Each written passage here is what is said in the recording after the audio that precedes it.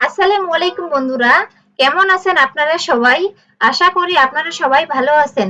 তো আজকে আমি আপনাদের সঙ্গে ফ্রেঞ্চ ফ্রাই এর একটি রেসিপি শেয়ার করব এবং এই ফ্রেঞ্চ ফ্রাই গুলো একদম রেস্টুরেন্টের মতো হবে। তো চলুন শুরু করা যাক।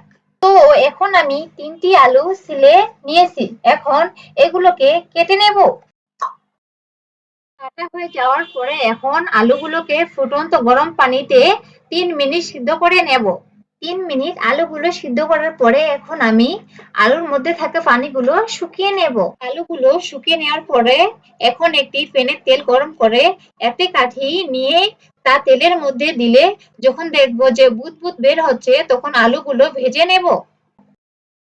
আলুগুলোকে 3 মিনিট ভেজে উঠিয়ে নিব। এখন আলুগুলোকে আধা ঘন্টা ঠান্ডা করে নেব। এখন আলুগুলোকে আধা ঘন্টা ঠান্ডা করার পরে আবার মুচমুচে করে ভেজে নেব।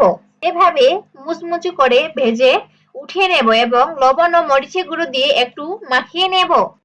এই হলো আমাদের ফ্রেঞ্চ ফ্রাই তৈরির রেসিপি এবং এগুলো কিন্তু একদম রেস্টুরেন্টের মতো হয়েছে। তাই আপনারা একবার হলেও বাসায় বানিয়ে খাবেন এবং এই ভিডিওটি যদি আপনাদের কাছে ভালো লাগে তাহলে এই ভিডিওতে একটি লাইক এবং চ্যানেলটি সাবস্ক্রাইব করবেন। তো আজকের জন্য এইটুকুই। আল্লাহ হাফেজ।